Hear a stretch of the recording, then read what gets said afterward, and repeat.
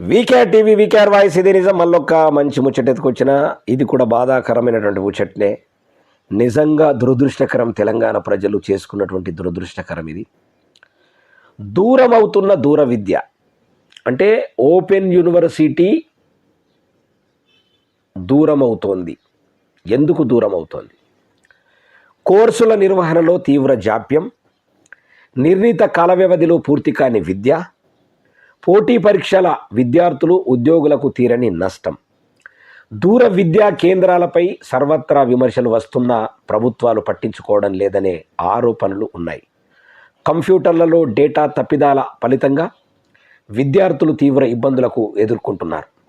హైదరాబాదులో ఉన్న doctor BR Ambedkar open university, Osmania పరిధిలో professor G Ram Reddy distance education, Indira Gandhi national open university regional centre కేంద్రాలతో పాటు కాకతీయ యూనివర్సిటీ పరిధిలోని ఎస్డిఎల్సి కేంద్రాలకు నిత్యం అనేక మంది విద్యార్థులు వివిధ సమస్యలపై వస్తున్నారు. కానీ సమస్యలు మాత్రం పరిష్కారం కావడం లేదు. మరి అధికారుల నిర్లక్ష్య వైఖరి, సరైన మానిటరింగ్ వ్యవస్థ లేకపోవడంతో దూర విద్య కేంద్ర ఉద్యోగులు ఇష్టారాజ్యంగా వ్యవహరిస్తున్నారనే ఆరోపణలు కూడా ఉన్నాయి. దూర ప్రాంతాల నుంచి విద్యార్థులు తరచుగా రావడంతో ప్రయాణ ఖర్చులు, సమయం వృధా అవుతున్నాయని విద్యార్థులు ఆవేదన వ్యక్తం చేస్తూ ఉన్నారు. మరి కోర్సుల్లో జాప్యం. మరి దూర విద్యను నిర్వహిస్తున్నటువంటి యూనివర్సిటీల్లో ప్రముఖంగా వినిపించే పేరు doctor BR Ambedkar open university ఒకటి.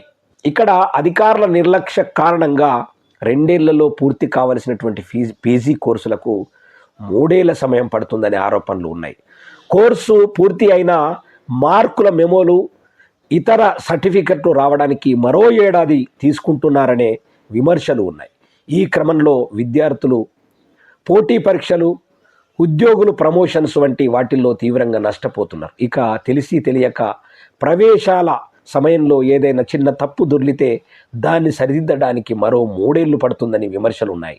సరైన సమయానికి పూర్తి కావాల్సిన కోర్సులు 2-3 ఏళ్ళు, 5 ఏళ్ళైనా పూర్తి కాకపోవడం వల్ల ఎన్నో అవకాశాలను విద్యార్థులు కోల్పోతున్నారు.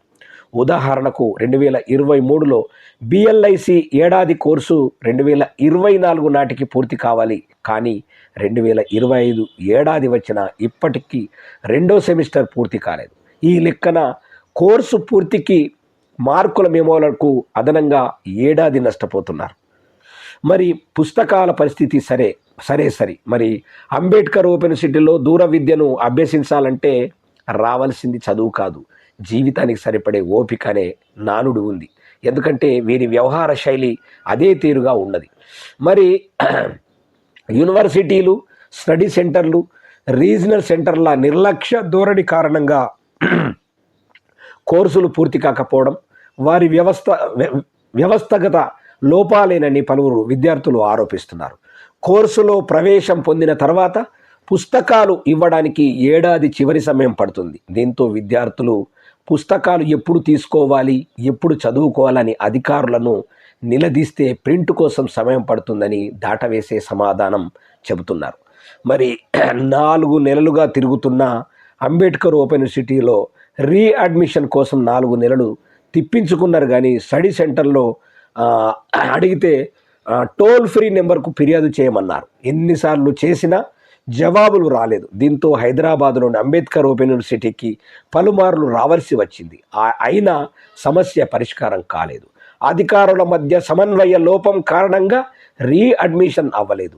4 నెలల తర్వాత ఉన్నత స్థాయి అధికారుల ఫిర్యాదుతో అడ్మిషన్ రెన్యువల్ చేశారు. ఫలితంగా 1 ఏడాది నష్టపోయాం.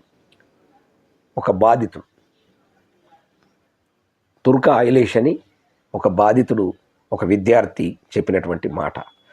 అంటే ముఖ్యమంత్రి దగ్గరనేమో విద్యామంత్రి ఉంటుంది, అదే ఓపెన్ యూనివర్సిటీకేమో విద్యార్థులను గత ప్రభుత్వంలో ఒక గిల్లిదన్న ఆడుకున్నటువంటి గంట చక్రపాణికి వీసీ పదవి ఇచ్చి ఆయనను గొప్పగా పొగుడుతూ,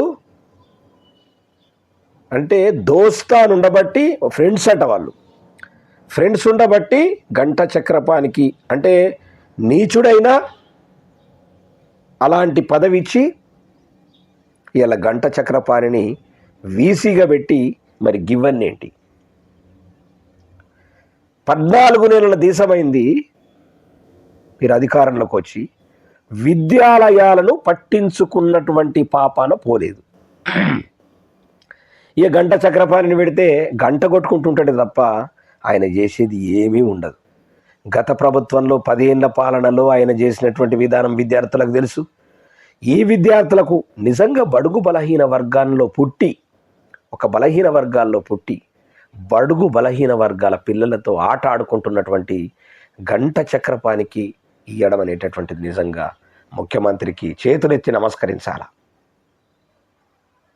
రేవంత్ రెడ్డి గారికి నిజంగా అలాంటి వాళ్లకు ఆజ్యం పోస్తూ మీరు విద్యాలయాల్ని సర్వనాశనం చేసుకుంటూ వస్తే ఇలా తెలంగాణ సమాజమా మీ పిల్లల కోసం ఖచ్చితంగా మీరు తిరుగుబాటు చేయవలసిన అవసరం ఉన్నది.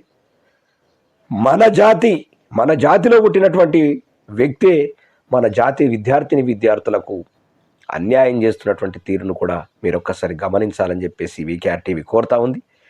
దయచేసి అలాంటి వాళ్లకు బుద్ధి చెప్పే విధంగా మీరు ఖచ్చితంగా చర్య తీసుకోవాలి. అవసరం వస్తే ఎదిరించాలా, ఖచ్చితంగా గల్లబట్టి అడగకపోతే అయ్యేటటువంటి పరిస్థితి లేదు. గంట చక్రపాణి నిజంగా తెలంగాణ పేద సమాజానికి పట్టినటువంటి శని అని చెప్పేసి కూడా మనం అనుకోవచ్చు. దాంట్లో డౌటే లేదు. గత ప్రభుత్వంలో ఆయన చేసింది మామూలు కాదు, బెదిరించినటువంటి సందర్భం ఉంది. ఒక్కొక్క విద్యార్థిని బెదిరించి, అరే నీ డాటా అంతా నా చేతులుంది, నువ్వేమన్నా అంటే నీ అంతు చూస్తా, నువ్వు మళ్ళీ పనికి రాకుండా చేస్తా, నీకు ఉద్యోగం రాకుండా చేస్తా అని బెదిరించినటువంటి ఒక అహంకారమైనటువంటి గంట చక్రపాణికి వీసీ ఇవ్వడం అనేటటువంటిది చాలా దురదృష్టకరం. నిజంగా దాన్ని ముఖ్యమంత్రి రేవంత్ రెడ్డి గారు పునరాలోచించుకోవాలా డెఫినెట్గా. మరి ప్రజల పక్షాన ఉంటారా, మరి ప్రజలతో చీవట్లు తింటారా, మరి యథేచ్ఛగా అట్లనే పరిపాలన చేస్తారా? మీ ఇష్టం, మీకే వదిలేస్తున్నాం.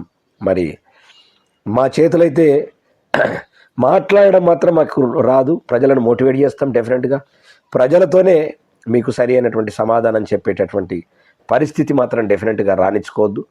విద్యాలయాలను సరి అయినటువంటి పద్ధతిలో నడపమని చెప్పేసి అనేక మంది పేద విద్యార్థులు ఇవాళ చాలా ఇబ్బందులు పడుతున్నటువంటి సందర్భాలు మనం కళ్ళకు గట్టినట్లు కనిపిస్తూ ఉన్నది. ఉట్టిగానే రాలే పేపర్లో వచ్చిందే చెప్తున్నా, నేను పేపర్లో వచ్చిందే చెప్తా ఉన్నా. దాన్ని కాస్త ఇంకా యాడ్ చేస్తున్నాను, ఎందుకంటే గంట చక్రపాణి కోసం తెలుసు కాబట్టి దయ ఉంచి విద్యాలయాలను చక్కదిద్దే మార్గాన్ని ఇమీడియట్లీ చేయవలసిందిగా మరి ముఖ్యమంత్రి గారిని, ఉన్నతాధికారులను, డిఈఓలను, ఎంఈఓలను కోరుతా ఉన్నాం.